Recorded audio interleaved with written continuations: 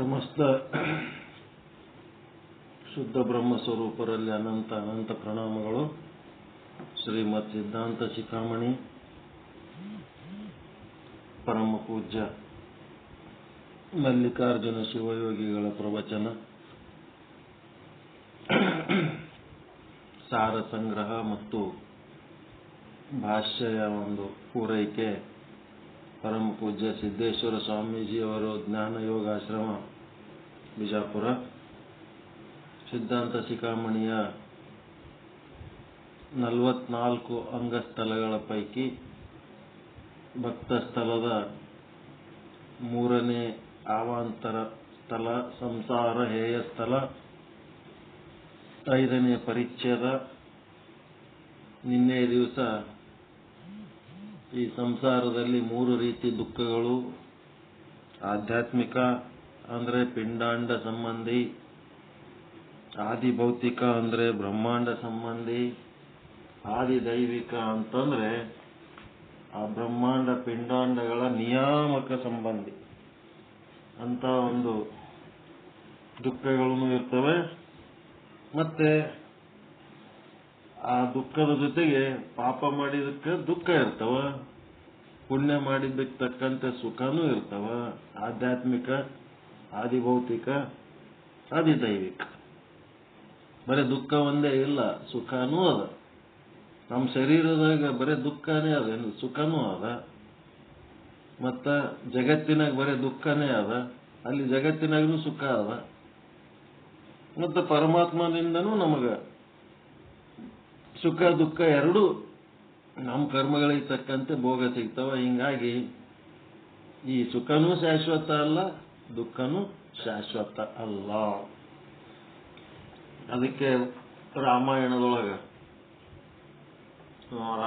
ಮಹಾಭಾರತದೊಳಗ ಧರ್ಮರಾಯ ಏನ್ ಮಾಡ್ತಾನ, ಒಂದು ಬೆಟ್ಟದ ಮೇಲೆ ಒಂದು ದೊಡ್ಡದು ವೈಟ್ ಬೋರ್ಡ್ ಮಾಡಿ ತಯಾರು ಮಾಡ್ತಾನ, ನೋಟಿಸ್ ಬೋರ್ಡ್. ನೋಡಿ ಕೃಷ್ಣ ಕೇಳ್ತಾನ, ಅದ್ರ ಮೇಲೆ ಏನ್ ಬರೆಯಮಂತ. ಏನ್ ಬರಿಬೇಕಂತಿ ಅಂತಂದ್ರೆ ಪ್ರತಿಯೊಬ್ಬರಿಗೂ ಉಪಯೋಗ ಆಗ್ಬೇಕದು. ಅದು ನೋಡಿದ ಕೂಡಲೇ ಒಂದು ಚೂರಾದ್ರೂ ಪರಿವರ್ತನೆ ಬರ್ಬೇಕು ಅವ್ರ ಬಳ್ಳಿ, ಅಂಥದ್ದು ಬರಿಬೇಕಂತ. ಅದಕ್ಕ ಕೃಷ್ಣ ಏನ್ ಹೇಳ್ತಾನ,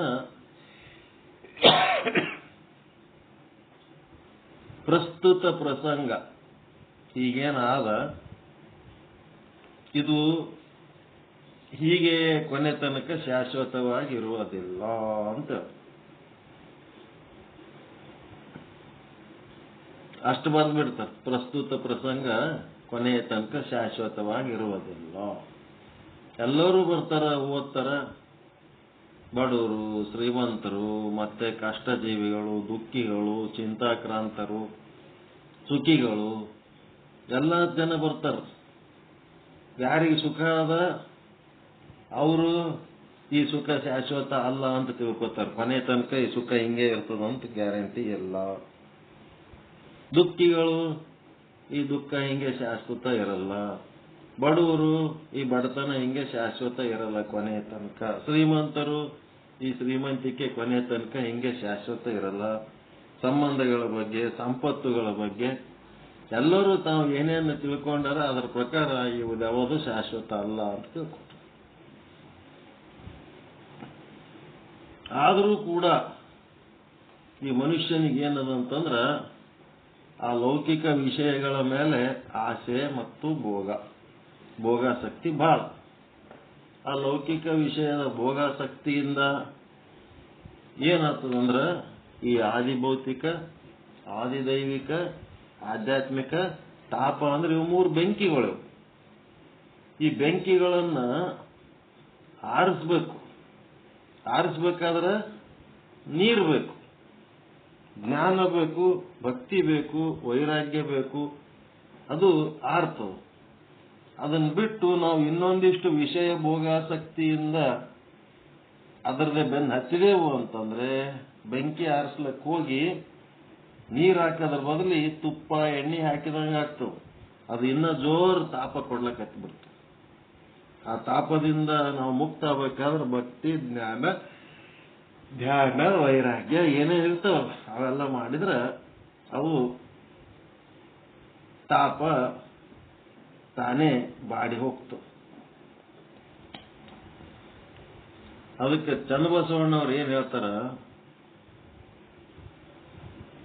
ಹೆಗ್ಗಣವನಿಕ್ಕಿ ನೆಲಗಟ್ಟ ಕಟ್ಟಿದಂತೆ.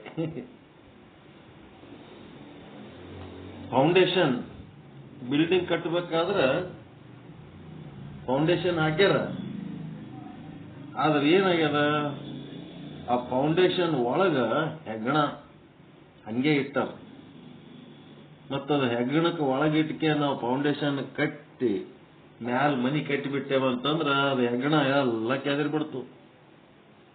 ಜಗತ್ತಿನಾಗ ಅತ್ಯಂತ ಸ್ಟ್ರಾಂಗ್ ಪ್ರಾಣಿ ಯಾವುದಂದ್ರೆ ಹೆಗ್ಗಣ. ಅದಕ್ಕಿಂತ ಸ್ಟ್ರಾಂಗ್ ಯಾವುದೂ ಇಲ್ಲ. ಹೆಂಗಂತೀರ ಅದಕ್ಕೆ? ಒಪ್ಕೋತೀರಾ ಇಲ್ಲ?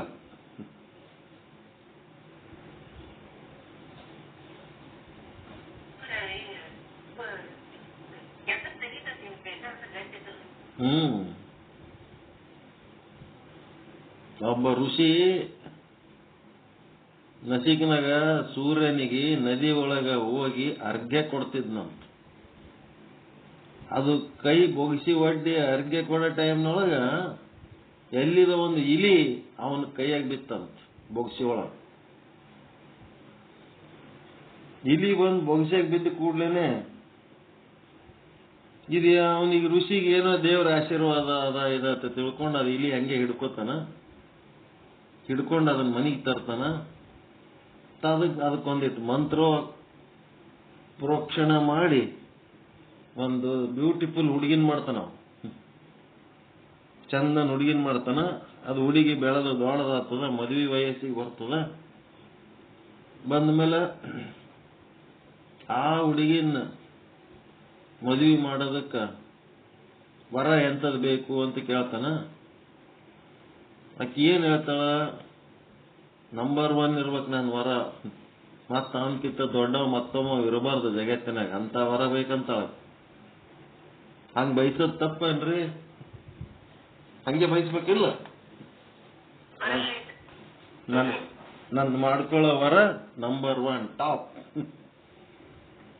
ಪಾಪ ಋಷಿ ಏನ್ ಮಾಡ್ದ, ನಂಬರ್ 1 ಟಾಪ್ ಅಂದ್ರ ಹಿಂದೂ ಪದ್ಧತಿ ಪ್ರಕಾರ ಸೂರ್ಯನೇ ನಂಬರ್ 1 ಟಾಪ್, ಸೂರ್ಯದೇವ.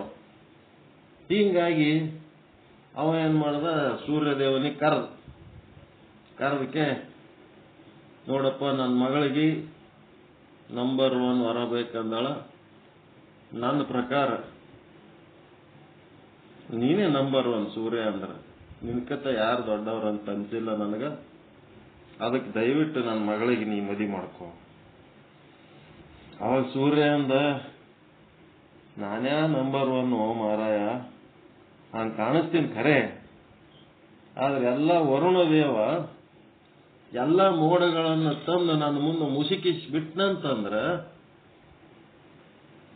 ಆಗ್ಲೇ ರಾತ್ರಿ ಆದಂಗೆ ಆಗ್ಬಿಡ್ತದೆ, ಡಿಮ್ ಹೊಡೆದ್ ಬಿಡ್ತೀನಿ ನಾನು. ನನಗಿಂತ ವರುಣ ದೇವ ಸ್ಟ್ರಾಂಗ್, ಅವನು ನೀರು ಹರಿಸಿಬಿಟ್ನಂದ್ರೆ ನನ್ನ ಬೆಂಕಿ ಎಲ್ಲ ಆರಿ ಹೋಗಿಬಿಡ್ತದ ಅಂತೇಳಿ ಹೇಳ್ದ. ನಿನಕಿಂತ ನಂಬರ್ 1 ವರುಣ ದೇವ, ಅವನಿಗೆ ಕರೆಯಂತೇಳಿ ಮೋಡದ ಜಲದೇವತೆ ಕರೆದ. ವರುಣದೇವ ನೀನೇ ನಂಬರ್ 1 ನನ್ನ ಮಗಳಿಗೆ ಮಾಡ್ಕೋಬೇಕು. ವರುಣದೇವ ಅಂದ, ನಾನ್ಯಾ ನಂಬರ್ 1 ಮಾರಾಯ, ನಾ ಮೋಡಗಳ ರೂಪದಲ್ಲಿ ಇರ್ತೀನಿ ಖರೆ, ಗಾಳಿ ವಾಯುದೇವ ಬಿರುಗಾಳಿ ಬೀಸ್ಬಿಟ್ನಂದ್ರೆ ನನ್ನ ಮೋಡಗಳೆಲ್ಲ ಆಕಾಶದ ತುಂಬಾ ಚಲಾಪಿಲ್ಲಿ ಆಗ್ಬಿಡ್ತಾವ. ನಾ ನಂಬರ್ 1 ಇದ್ನೆ ಅಂತಂದ್ರೆ ಗಾಳಿ ಹೊಡೆತಕ್ಕೆ ನಾನ್ಯಾಕೆ ಆಕಾಶದಾಗ ಚಲಾಪಿಲ್ಲಿ ಆತಿದ್ದೆ. ಹೀಗಾಗಿ ವಾಯುದೇವ ನನ್ಕಿಂತ ಭಾರಿ ಸ್ಟ್ರಾಂಗ್. ಆಯ್ತು, ವಾಯುದೇವ ಕರ್ಸಿದ್ರು, ನೀನು ಭಾರಿ ಸ್ಟ್ರಾಂಗ್ ಅಂತ, ಭಾರತ ನಂಬರ್ 1. ಅವಾಗ ವಾಯುದೇವ ಬಂದ, ನಾನೇ ಸ್ಟ್ರಾಂಗ್ ಅದೀನೋ ಮಾರಾಯ, ಆ ಪರ್ವತಗಳು, ಹಿಮಾಲಯ ಏನೇನದವಲ್ಲ, ಬೆಟ್ಟ ಗುಡ್ಡ, ನಾನು ಎಷ್ಟು ಗಾಳಿ ಬೀಸಿದ್ರು ಅವ್ರು ಒಂಚೂರು ನನ್ನ ಪರಿಣಾಮ ಇಲ್ಲ ಅದ್ರ ಮೇಲೆ, ಒಂಚೂರು ಅಳ್ಳಾಡಂಗಿಲ್ಲ. ಅವು ಹ್ಯಾಂಗಿರ್ಬೇಕು ಹಂಗೇ ಬಿದ್ದವ. ಒಂದ್ ಸ್ವಲ್ಪನೂ ನನ್ನಿಂದ ಪರಿಣಾಮ ಇಲ್ಲ, ಅವೇ ಸ್ಟ್ರಾಂಗ್, ಬೆಟ್ಟ ಗುಡ್ಡೆಗಳೇ ಭಾರಿ ಸ್ಟ್ರಾಂಗ್ ಅಂತ. ಆಯ್ತಂತೇಳಿ ಪರ್ವತರಾಜ ಕರೆದ್ರು, ನೀನೇ ನಂಬರ್ 1 ಅದಿ ಬಾ. ಇವೆಲ್ಲ ಪ್ರತಿ ಸಲನೂ ಈ ಡಿಸ್ಕಷನ್ ಯಾರ ಸಂಗಟ ಆತಿತ್ತು, ಆ ಹುಡುಗಿನ ಮುಂದೆ ಕುಂದಿರ್ಸ್ಕೊಂಡು ಅವರಪ್ಪ ಡಿಸ್ಕಸ್ ಮಾಡ್ತಿದ್ದ, ತನ್ನ ಮಗಳಿಗೆ ಮುಂದೆ ಕುಂದಿರ್ಸ್ಕೊಂಡು. ಏನಂತಮ್ಮ ಇವ್ರು ಹಿಂಗಂತಾರ ಅನ್ನೋಣ, ಅವ ಇದಕ್ಕಿಂತ ನಂಬರ್ 1 ವಾಯುದೇವ ಅಂತಾರ, ಆ ದೇವ ಅಂತಾರ, ಈ ದೇವ ಅಂತಾರ, ಮತ್ತ ಅವನಿಗೆ ಕರ್ಸು ನೋಡಮ್ಮ ಅಂತಿರ್ತಾವೆ ಅಂತ. ಅವ್ರಂಗೆ ಒಂದ್ ಮಂತ್ರ ಹೇಳ್ಕೊಂಡು ಬೇರೆ ಬೇರೆ ದೇವತೆಗಳು ಬರ್ತಿರ್ತಾರ. ಮುಂದ ಪರ್ವತರಾಜ ಬಂದ. ಪರ್ವತರಾಜ ನೀನೇ ನಂಬರ್ 1 ಅಂತ ನನ್ನ ಮಗಳು ಹಿಂಗ್ ತಿಳ್ಕೊಂಡು ನಿನ್ ಮದುವೆ ಮಾಡ್ಕೋಬೇಕಂತಾಳ ಅಂದಾಗ, ನಾನೇ ನಂಬರ್ 1 ಮಾರಾಯ, ನನ್ನ ತಳಭಾಗ ಒಂದ್ ಸ್ವಲ್ಪ ನೋಡು ಹೋಗಿ, ಗುಡ್ಡದ ತಳಭಾಗದಲ್ಲಿ ಈ ಕಡೆಯಿಂದ ಆ ಕಡೆ, ಆ ಕಡೆಯಿಂದ ಈ ಕಡೆ 6 ಪಾರ್ ಮೂಷಕ ರಾಜ ಎಲ್ಲ ಕೆದರಿಟ್ಬಿಟ್ಟು, ಯಾವ ಟೈಮ್ನೊಳಗೆ ನಾನು ಕುಸಿದು ಬೀಳ್ತೇನೋ ನನಗೆ ಗೊತ್ತಿಲ್ಲ, ನನಗೆ ಹುಳ ಹಚ್ಚಿದಂಗೆ ಹಚ್ಚಿಟ್ಬಿಟ್ಟ. ನಾವು ಒಳಗೆ ಪರ್ವತದ ತುಂಬ ಒಳಗೆಲ್ಲ ಕಡೆ ತೂತ ಮಾಡಿಟ್ಬಿಟ್ಟನ. ಅದಕ್ಕೆ ಮೂಷಕ ರಾಜನೇ ಸ್ಟ್ರಾಂಗ್. ರಾಜ ಮಗಳು ಹೇಳಿದಳು, ಆಯ್ತು ಮೂಷಕ ರಾಜನಿಗೆ ಒಬ್ಬನಿಗೆ ಕರೆಸ್ಬಿಡು ನೋಡಮ್ಮ. ಮೂಷಕ ರಾಜ ಬಂದ ಕೂಡಲೇ ಹೆಗ್ಗಣ ಬಂದ ಕೂಡ್ಲೇನೆ ಮಗಳು ಚರ್ಚೆ ಸ್ಟಾಪ್ ಮಾಡ್ಬಿಡಪ್ಪ ಸಾಕು ಅಂತ. ಈ ಡಿಸ್ಕಸ್ ಮಾಡೋದೇ ಬೇಡ, ಅವ್ ನಂಬರ್ 1 ಯಾಕಿರ್ಲಕ್ಕ, ನಂಬರ್ 10 ಯಾಕಿರ್ಲಕ್ಕ, ಅವನಿಗೆ ಮಾಡ್ಕೋತೀನಿ ಅಂದ್ಬಿಟ್ಲಕ್ಕೆ. ನೋಡ್ರಿ, ವಾಯುದೇವ, ವರುಣದೇವ, ಪರ್ವತರಾಜ, ಸೂರ್ಯ ಎಲ್ಲರಿಗಿಂತ ಸ್ಟ್ರಾಂಗ್ ಯಾವುದು? ಮೂಷಕ ರಾಜ. ಅವನಿಗೆ ಯಾಕೆ ಮಾಡ್ಕೋತೀನಿ ಅಂದಳಕ್ಕೆ?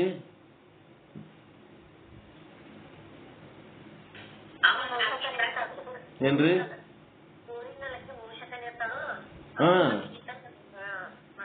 ಆಕಿ ಪೂರ್ವ ಜನ್ಮದಲ್ಲಿ ಆಕಿದೇನಿರ್ತದ, ಮೂಷಕನೇ ಇರ್ತಾಳ. ಆಕಿ ಮೂಷಕ ಕುಲದಕಿನೇ ಇರ್ತಾಳ.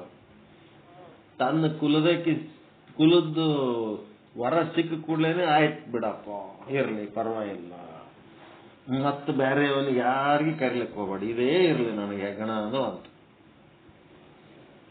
ಮತ್ ನಾವೆಲ್ಲ ಮಾಡ್ಕೊಂಡು ಹೆಗಣಗಳೇ ಅವು. ನಾವು ಮೂಷಕಗಳಿದ್ದಂಗೆ ನಮ್ಮ ಮ್ಯಾಚಿಂಗ್ ಇದ್ದಕ್ಕೆ ನಾವು ಮಾಡ್ಕೊಂಡಿರ್ತೀವಿ. ಅವು ಚಲೋ ಅವತ್ತೇ ಮಾಡ್ಕೊಂಡಿವೆ ಇಲ್ಲ. ನಮ್ಮ ಆಕಿ ವಾಸನೆಗೆ ತಕ್ಕಂತೆ ಆಕಿ ಮಾಡ್ಕೊಂಡಾಳ, ನಮ್ಮ ವಾಸನೆಗೆ ತಕ್ಕಂತೆ ನಾವು ಮಾಡ್ಕೊಂಡ.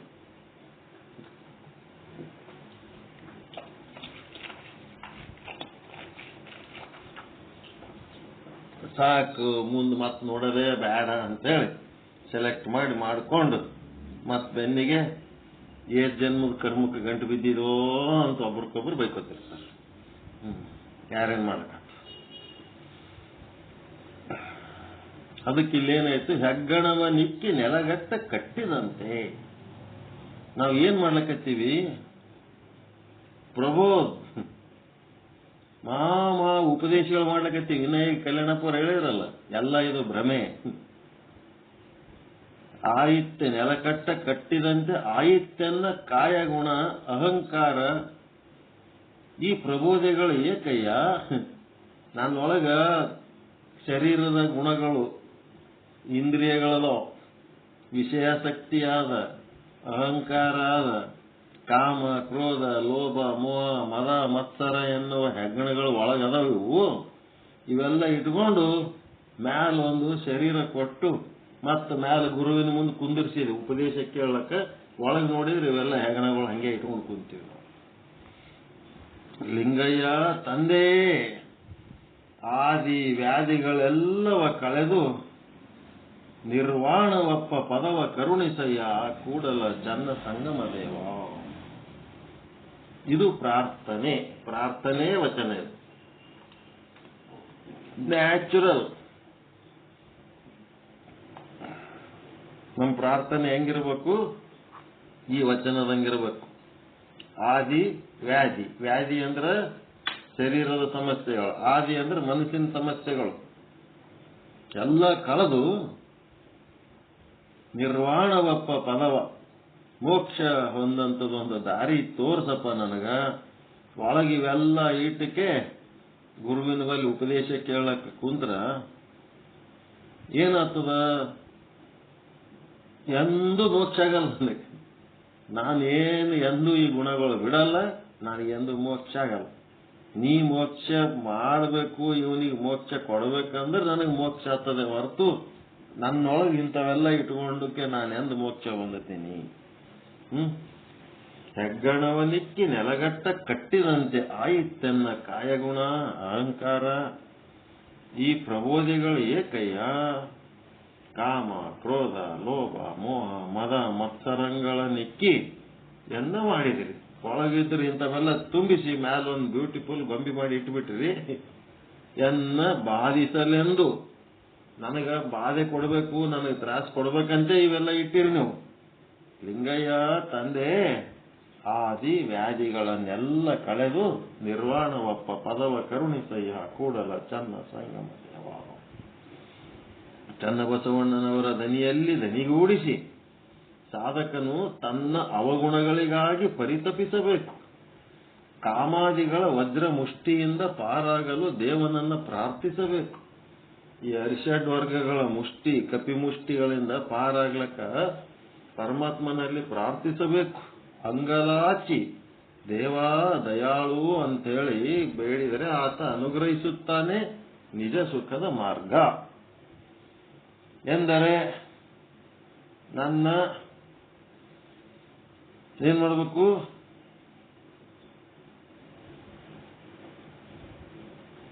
ಕಾಮವನ್ನ ಕಳಿಯಪ್ಪ, ಕ್ರೋಧವನ್ನ ಕಳಿಯಪ್ಪ, ಲೋಭ ಮೋಹ ಕಳಿಯಪ್ಪ ಅಂತ ದೇವರಿಗೆ ಎಂದರೆ ಬೇಡಿವೆ ನಾವು? ಏನಿಲ್ಲ, ನಮ್ಗೇನು ಕಡಿಮೆ ಇದ್ದದೋ ಅದು ಕೊಡಕ್ ಬೇಕಷ್ಟೇ. ಇಂಥವೆಲ್ಲ ನಮ್ಮ ಅವಗುಣಗಳ ಕಳಿ ಅಂತ ಎಂದೂ ಬೇಡಿಲ್ಲ ನಾವು ದೇವರಿಗೆ. ಅದಕ್ಕೇನಂತಾರೆ? ಚನ್ನ ಬಸವಣ್ಣನವರ ದನಿಯಲ್ಲಿ ದನಿಗೂಡಿಸಿ. ಅವ್ರೇನು ವಚನಗಳು ಬರೆದಾರ ಆ ವಚನಗಳಲ್ಲಿ ನೀವು ದನಿಗೂಡಿಸಿ, ನೀವು ಚನ್ನ ಬಸವಣ್ಣನ ಹಾಗೆ ಈ ರೀತಿ ವಚನದ ಮೂಲಕ ಪ್ರಾರ್ಥನೆಯನ್ನ ಮಾಡಬೇಕು ಅಂಥೇಳಿ. ಪ್ರಾರ್ಥನೆ ಮಾಡಿದರೆ ದೇವರು ಅನುಗ್ರಹಿಸುತ್ತಾನೆ. ಪ್ರಾರ್ಥನೆನೇ ಮಾಡಲಿಲ್ಲ ಅಂತಂದ್ರೆ ಎಲ್ಲಿದ ಅನುಗ್ರಹಿಸ್ತಾನೆ? ನಿಜ ಸುಖದ ಮಾರ್ಗಕ್ಕಾಗಿ ನಮ್ಮೊಳಗ ಹಂಬಲ ಎದ್ದು ದೇವರಿಗಾಗಿ ಪ್ರಾರ್ಥಿಸಿದರೆ ಆ ಒಂದು ನಿಜ ಸುಖದ ಪ್ರಾಪ್ತಿಯ ಸಾಧನೆಯಲ್ಲಿ ಏನೇನು ಪ್ರತಿಬಂಧಕಗಳದವ ಆ ಪ್ರತಿಬಂಧಕಗಳೆಲ್ಲ ನಷ್ಟ ಮಾಡೋದಕ್ಕ ಆ ಪರಮಾತ್ಮನೇ ದಾರಿ ತೋರಿಸ್ತಾನೆ. ತಟಿತ್ಸು ವೀಚಿ ಮಾಲಾಸು ಪ್ರದೀಪಶ್ಚ ಪ್ರಭಾಸು ಚ ಸಂಪತ್ಸು ಕರ್ಮ ಮೂಲಾಸು ಕಸ್ಯವಾ ಸ್ಥಿರತಾಮತಿ. ಇದಕ್ಕ ಸುಮ್ಮನೆ ಪೀಠಿಕೆ ಕೊಡವು, ನಾಳೆ ವಿಶ್ಲೇಷಣೆ ಮಾಡೋಣ. ಏನದಂದ್ರೆ ತರಂಗ ಹಾಗೂ ಶಿಕೆಗಳು ಕ್ಷಣಿಕ.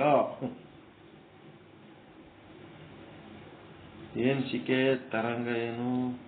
ಪಟ್ಟಿಸ್ತು ಮಿಂಚುಗಳಲ್ಲಿ, ವೀಚು ಮಾಲಾಸು ತರಂಗ ಮಾಲೆಗಳಲ್ಲಿ, ಪ್ರದೀಪಶ್ಚ ಪ್ರಭಾವ ದೀಪ ಶಕೆ. ಶಕೆ ಶಿಕೆ ಶಿಕೆ ದೀಪ ಶಿಕೆ. ಹಾಗೆ ಕರ್ಮಗಳಿಂದ ಪ್ರಾಪ್ತವಾದ ಭೋಗ ಸಂಪತ್ತು ಕೂಡ ಕ್ಷಣಭಂಗುರ.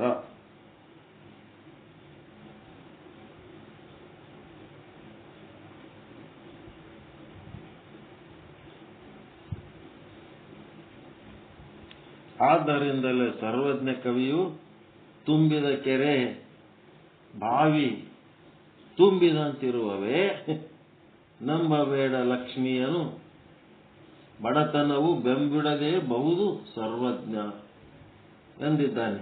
ಇದೊಂದು ವಚನ ಬರ್ದನ, ಒಂದ್ ಕಡೆ ಎಲ್ಲರೂ ಬರ್ಕೊತಿದ್ರು ಬರ್ಕೊಳ್ರಿ. ತುಂಬಿದ ಕೆರೆ ಬಾವಿ ತುಂಬಿದಂತೆ ಇರುವವೇ. ತುಂಬಿದಂಗೆ ಇರ್ತವೇನು? ಖರ್ಚಾಗ್ತಿರ್ತಾವ ಮತ್ತು ತುಂಬ್ಕೊತಿರ್ತಾವ. ಅದಕ್ಕೆ ನಂಬಬೇಡ ಲಕ್ಷ್ಮಿಯನು, ಬಡತನವು ಬೆಂಬಿಡದೇ ಬಹುದು ಸರ್ವಜ್ಞ. ಲಕ್ಷ್ಮಿನ ನಂಬಬೇಡಪ್ಪ. ನೀನ್ ಲಕ್ಷ್ಮಿಗೆ ಎಷ್ಟು ನಂಬಿದ್ರು ಸಹಿತ ಬಡತನ ಬೆನ್ನತ್ತಿ ಬರ್ತದ. ಹಿಂಗಾಗಿ ಏನ್ ಮಾಡಬೇಡ, ಲಕ್ಷ್ಮಿ ಅಂತ ನಂಬಬೇಡ. ತುಂಬಿದ ಕೆರೆ ಬಾವಿ ತುಂಬಿದಂತೆ ಇರುವವೇ, ನಂಬಬೇಡ ಲಕ್ಷ್ಮಿಯನ್ನು. ಬಡತನವು ಬೆಂಬಿಡದೆ ಬಹುದು ಸರ್ವಜ್ಞ ಎಂದು ವಿವರಿಸಿದ್ದಾನೆ. ಲಕ್ಷ್ಮಿಯು ತೀರ ಚಂಚಲಳು. ಅರಸನನ್ನ ಆಳನನ್ನಾಗಿ ಏನ್ರಿ, ತುಂಬಿದ ಕೆರೆ ಬಾವಿ ತುಂಬಿದಂತೆ ಇರುವವೇ.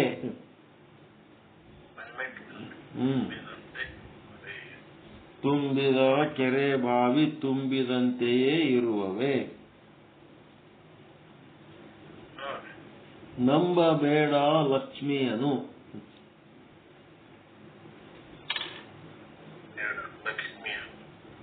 ಬಡತನವು ಬೆಂಬಿಡದೆ ಬಹುದು ಸರ್ವಜ್ಞ.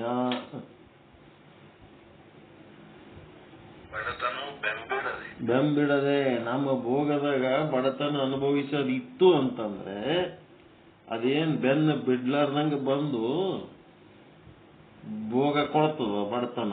ಬೆಂಬಿಡದೆ ಬಹುದು ಸರ್ವಜ್ಞ. ಬೆನ್ನ ಹತ್ತಿ ಬರ್ತದ ಅದು ಬಡತನ.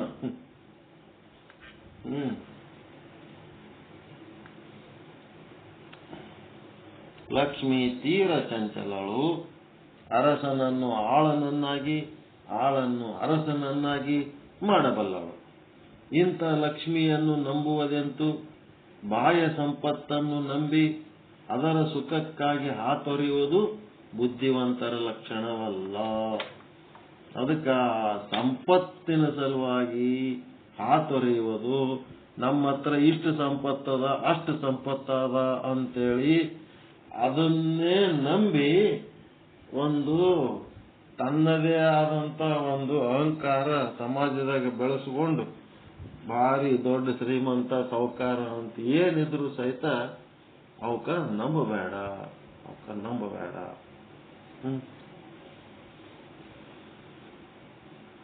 ಅನ್ನಂತ ವಿಚಾರ ಹೇಳಿದ್ರು. ಈ ಸಂಸಾರದೊಳಗೆ ಈ ಸಿರಿ ಸಂಪತ್ತು ಸಂಬಂಧ ಇವುಗಳನ್ನ ನಂಬಬಾರ್ದು. ಇವು ಯಾವ ಟೈಮ್ನೊಳಗ ಏನೇನಾಗ್ತವೋ ಗೊತ್ತಿಲ್ಲ. ಅದನ್ನ ನಾವು ಎಕ್ಸ್ಪ್ಲೇನ್ ಮಾಡಲ್ಲ. ಅವ್ರ ಭಾಷೆ ಒಳಗೆ ನಾಳೆಗೆ ಮತ್ತ ಸರಳ ಭಾಷೆ ಒಳಗ ಹೇಳ್ಯಾರ. ಚಂದದ ವಚನಗಳ ಮುಂದಿನ ಮತ್ತೆ ವಿಚಾರ ಮಾಡೋಣ. ಸಾಕು, ಹತ್ತಾಯ್ತು ಟೈಮು. ಮತ್ತೇನ್ ಮಾಡೋದು? ಸಂಸಾರ ಹೇಯ ಸ್ಥಳದಲ್ಲಿ ಇದನ್ನ ನಂಬಿ ಅದರ ಮೇಲೆ ಡಿಪೆಂಡ್ ಆಗಿರಬೇಡ್ರಿ. ಹಕ್ಕಿ ಗಿಡದ ಮೇಲೆ ಕುಂತರೆ ಆ ಟೊಂಗೆ ಮುರಿದು ಬಿದ್ದರೆ ಹಕ್ಕಿ ಕೆಳಗೆ ಬೀಳಲ್ಲ, ತನ್ನ ರೆಕ್ಕೆಯ ಮೂಲಕ ಹಾರಿ ಹೋಗ್ಬಿಡುತ್ತೆ. ಅದೇ ರೀತಿ ಈ ಒಂದು ಆಧ್ಯಾತ್ಮ ಸಾಧಕ ಏನದನ ತನ್ನ ಕರ್ಮಯೋಗ, ಭಕ್ತಿ ಯೋಗ, ಜ್ಞಾನ ಯೋಗ ಅಂತ ಏನದವಲ್ಲ, ಭಕ್ತಿ ಮತ್ತು ಜ್ಞಾನ ಮತ್ತೆ ಕರ್ಮ, ಇವೆಲ್ಲ ಏನು ಹಕ್ಕಿಯ ಎರಡು ರೆಕ್ಕೆಗಳು ಮತ್ತು ಒಂದು ಬಾಲ ಇದ್ದಂಗ. ಆ ಹಕ್ಕಿಗೆ ಬಾಲ ಇರ್ತದ, ಬಾಲದ ಕೆಲಸ ಏನು, ಡೈರೆಕ್ಷನ್ ಚೇಂಜ್ ಮಾಡ್ಲಿಕ್ಕೆ ಬಾಲ ಬೇಕು, ಮ್ಯಾಲ ಹಾರ್ಲಕ್ಕ ರೆಕ್ಕೆಗಳು ಬೇಕು. ಹಿಂಗಾಗಿ ಭಕ್ತಿ, ಜ್ಞಾನ, ಕರ್ಮ ಅವು ಏನದಾವ ಅವುಗಳ ಆಸರೆಯಲ್ಲಿ ಯಾರಿರ್ತಾರ ಅವರು ಈ ಸಂಸಾರ ದುಃಖ ಏನಾರೇ ಕಷ್ಟ ನಷ್ಟ ಆಯ್ತು ಅಂದ್ರೆ ಅವ್ರ ಸಂಗಟ ಅವ್ರಿಗೆ ಓಡಾಡ್ಲಕ್ಕೆ ಹೋಗಂಗಿಲ್ಲ. ಅವರು ತಮ್ಮ ತತ್ವಜ್ಞಾನದ ಆಧಾರದ ಮೇಲೆ ತಾವಿರ್ತಾರೆ. ಭಕ್ತಿ ಎನ್ನುವ ಒಂದು ರೆಕ್ಕೆ, ಜ್ಞಾನ ಎನ್ನುವ ಇನ್ನೊಂದು ರೆಕ್ಕೆ, ಬಾಲ ಎನ್ನುವ ಮತ್ತೊಂದು,